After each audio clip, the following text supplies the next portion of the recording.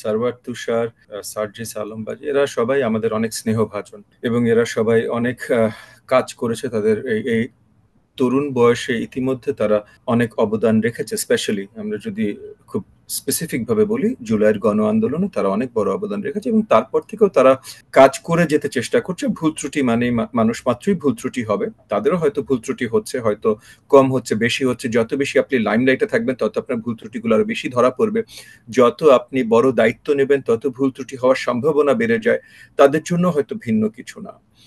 এবং সেই হিসেবে আমি বলবো তাদের দলের ভিতরে কি হচ্ছে এটা তাদের ভেতরের ব্যাপার। তবে তাদের যেহেতু নতুন দল, মানে তারা মাত্র পথ চলা শুরু করেছে, মাসখানেক হলো। এবং তার আগের ৩-৪ মাস ধরে তারা বলেছে যে এভাবে তারা পথ চলা শুরু করবে। সো এই পথ চলার শুরুতে তারা কিছু দূর হোঁচট খাবে, এটাই স্বাভাবিক, সবাই খায়। আহ, এই ভুল ত্রুটিগুলোর ভিতরে হয়তো এগেন আমি তাদেরকে আমি প্রথমে কথাটা দিয়ে শুরু করলাম যে ইনক্লুডিং সার্ভার তুষার, তারা সবাই আমার স্পেসিফিকলি, আমি পার্সোনালি কথা বলি, আমার অনেক স্নেহভাজন এবং সেই হিসেবেই বলছি যে তাদেরকে সমালোচনা বা নিন্দা করে না, তবে আগামীতে যেন তারা আরো ভালো করতে পারেন। কারণ আমি পার্সোনালি দেখতে চাই এবং আমার মনে হয় এদেশের অনেকেই দেখতে চায় তারা ভালো করুক। এই দলে থেকেই ভালো করবে, আগামীতে এই দলটাই সবচেয়ে বড় দল হবে, তারা নিজেরা আরো দল আরো হবে না বা কিছু, এটা কিন্তু না। মানে মনে করেন সবসময় যে কোনো যারাই প্রবীণ রাজনীতিতে আছেন তারা সবাই দেখবেন যে হয়তো লম্বা বা পুরোটা রাজনৈতিক জীবন এক দলে কাটাতে পারেনি। সো তাদেরও অনেক ভিন্নতর হতে পারে। তবে দলীয় রাজনীতির কিছু আহ, যেটা আমরা সর্ট অফ ধারাবাহিকভাবে দেখে এসেছি, শুধু বাংলাদেশের রাজনীতিতে না, বাংলাদেশের রাজনীতিতে অনেক ভুল ত্রুটি হয়েছে। কিন্তু অন্য সব দেশগুলোতে দলীয় রাজনীতি যেটা হয়ে থাকে যে দলকে কিছু দূর জনগণের কাছে অ্যাকাউন্টেবল হতে হয়। দলের ভেতরে দল কর্মীদের কাছে কতখানি অ্যাকাউন্টেবল বা দলের নেতৃবৃন্দ, দলের অন্য নেতৃবৃন্দের কাছে কতখানি অ্যাকাউন্টেবল, এটা বেশিরভাগ জায়গায় ইন্টারনালি থাকে, এটা এক্সটার্নাল নলেজ ইউজুয়ালি হয় না। কিন্তু দলকে জনগণের কাছে অ্যাকাউন্টেবল হতে হয়, যেমন রাজনৈতিক দল, সো জনসম্পৃক্ত হতে হয়। সেই জায়গা থেকে হয়তো এনসিপি আরো বেটার সার্ভড হবে যদি তারা যখনই কিছু সামনে চলে আসে সেটা দলগতভাবে তারা জনগণের কাছে তাদের পজিশনটা ক্লিয়ার করে। যেমন গত কয়েকদিন ধরে যে বড় দাগে আলোচনা শুরু হয়েছে এবং এখানে এনসিপির সাথে দুই একটা রাজনৈতিক দলও এই আলোচনার সাথে সম্পৃক্ত হয়েছে, যে আপনার দেশ যখন অ্যাকচুয়ালি খুবই নাজুক একটা অবস্থায় অনেকভাবে, কি কি এটার বড় তর্ক বা আলোচনার এখন প্রয়োজন নেই, বাট দেশ একটা নাজুক অবস্থা, এটা আমরা সবাই জানি বুঝি এবং কিছু দূর মানা উচিত। কারণ না মানলে এটা আবার পেরিয়ে কিভাবে আসবো সেটার সলিউশন গুলো আমরা আসতে পারি না। সো দেশ যখন নাজুক অবস্থায়, দেশের অল্প যে কয়েকটা ইনস্টিটিউশন শক্তভাবে কাজ করছে এবং ধরে রাখতে চেষ্টা করছে দেশের অবস্থান, সেই ইনস্টিটিউশনগুলোকে তখন প্রশ্নবিদ্ধ করা আহ, খুবই বড় ভুল।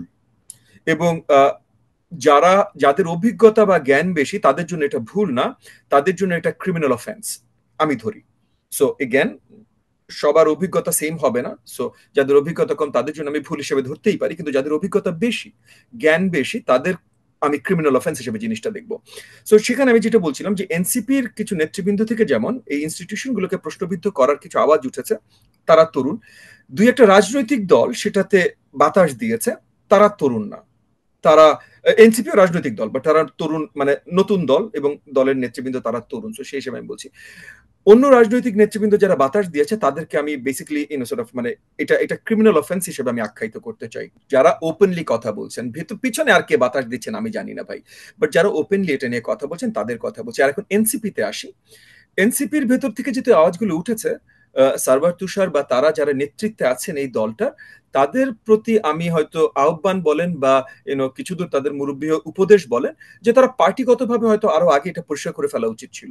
মানে একে অপরকে, এগেন এটা তাদের নিজেদের বিষয়, বাট যেটা জিনিসটা কি আজকে সোশ্যাল মিডিয়ার যুগ এবং ওনারা তরুণ, ওনারা সোশ্যাল মিডিয়াতে বেশি অভ্যস্ত। কিন্তু মনে করেন আমরা অ্যাডাল্টহুড রিচ করেছি সোশ্যাল মিডিয়া বা ইন্টারনেট আসার অনেক আগে।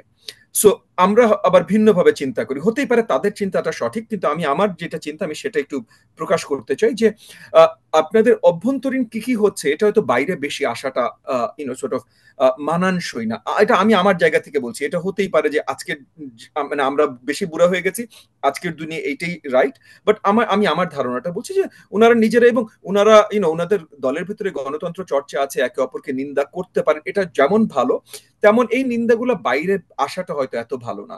এবং যদি তারা দলগতভাবে একটা পরিষ্কার করে দিতে, হ্যাঁ, আমাদের দলে একজন নেতা এই কথা বলেছেন বা ২-৩ জন নেতা কথা বলছে, কিন্তু দলের পজিশন স্পেসিফিক এইটা। আমার মন্তব্য হলো, এবং আমি এটা পরিষ্কার করেই জানাচ্ছি যে আমি বলছি না যে আমার মন্তব্যটাই ভালো।